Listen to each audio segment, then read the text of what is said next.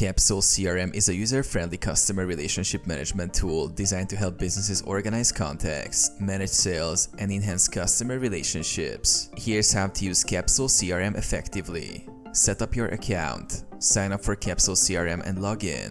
Customize your account settings, including user roles, branding, and preferences to suit your business needs. Add contacts and companies. Begin by importing existing contacts or manually adding new ones. You can create individual contacts and link them to companies, organizing your database effectively. Use text to categorize contacts for easier management. Manage sales pipeline.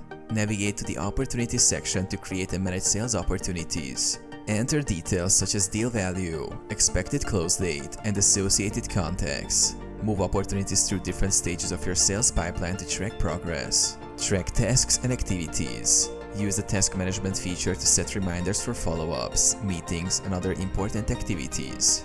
This helps you stay organized and ensures timely communication with customers. Utilize notes and files. Attach notes and files to contacts and opportunities for comprehensive record keeping. This centralizes information and keeps all relevant details easily accessible.